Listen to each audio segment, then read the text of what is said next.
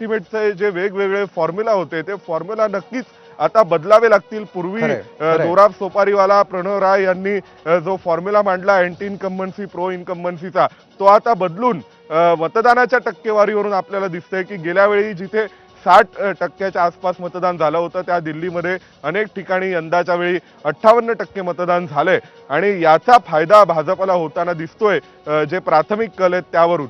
त्यामुळे मतदान वाढलं म्हणजे ते सत्ताधारी पक्षाच्या विरोधात असतं आणि मतदान कमी झालं की मग ते सत्ताधारी पक्षाच्या बाजूने असतं। हा जो एक ढोबळमानाने ठरवलेला एक ठोकताळा होता तो आता बदलावा लागेल आणि पुन्हा एकदा दिल्लीच्या निवडणुकांमध्ये हे सिद्ध होतंय। निश्चितपणे सोमेश, ढोबळमानाने ठरवलेले अनेक ठोकताळे सध्याच्या राजकारणामध्ये मोडले गेल्याचं आपण पाहतो आहोतच आणि त्यानुसार सध्याचे ट्रेंड आपण दिसत आहेत। पुन्हा एकदा आपण अपडेट देऊया। 70 पैकी 70 जागांचे कल हाती आलेले आहेत आणि यामध्ये भाजप 47 ठिकाणी आघाडीवर आहे, आम आदमी पक्षाने 22 ठिकाणी आघाडी घेतलेली आहे तर काँग्रेसनी एका जागेवरची आघाडी कायम ठेवण्यात यश मिळवलेलं आहे। सध्याचे चित्र दिसतंय यामध्ये भाजपनी आता 50 म्हणजे अर्धशतक गाठल्याचं चित्र आहे आणि भाजपसाठी ही अत्यंत मोठी आणि महत्त्वाचा आकडा निश्चितपणे मानला जाईल।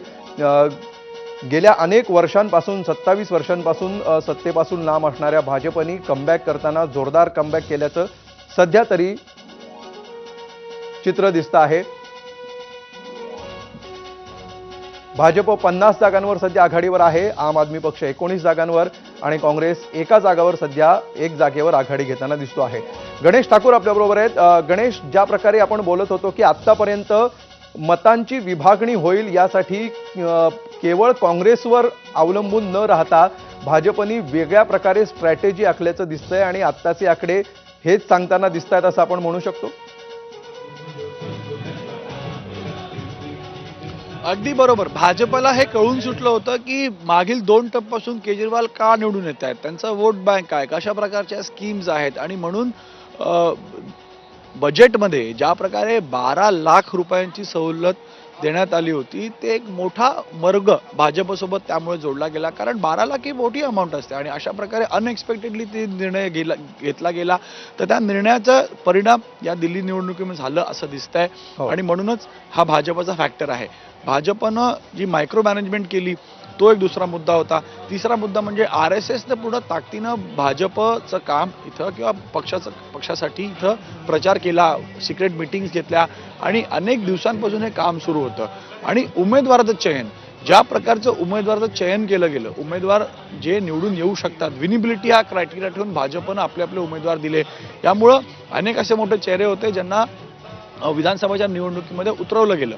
त्याचबरोबर काँग्रेसचा कमबॅक, काँग्रेसचं परफॉर्मन्स, ह्या बऱ्याच गोष्टी होत्या ज्या आपच्या विनिबिलिटी फॅक्टरला अफेक्ट करत होती आणि त्याचं चित्र इथं आहे। पण अजूनही नंबर्स पुढे मागे होत आहेत। 41 भाजप झाली आहे, 28 आप आली आहे आणि काँग्रेस मला वाटतं जवळपास एक सीटवरती काँग्रेस पुढे आहे। म्हणून हे नंबर्स असे पुढे मागे होत राहतील तर 41 म्हणजे 50 पर्यंत पोहोचलेली भाजप ती आता पुन्हा 41 वर आली आणि 28 वरती आता आप आलेली आहे आणि 3 मोठे चेहरे मागे आहेत। निश्चितपणे गणेश, आणखी क्षणाक्षणाला हे आकडे बदलत आहेत। आता भाजप 37 आणि आप 32 असं चित्र झालेलं आहे। काँग्रेसने मात्र एक आकडा गेल्या अनेक मिनिटांपासून कायम ठेवलेला आहे।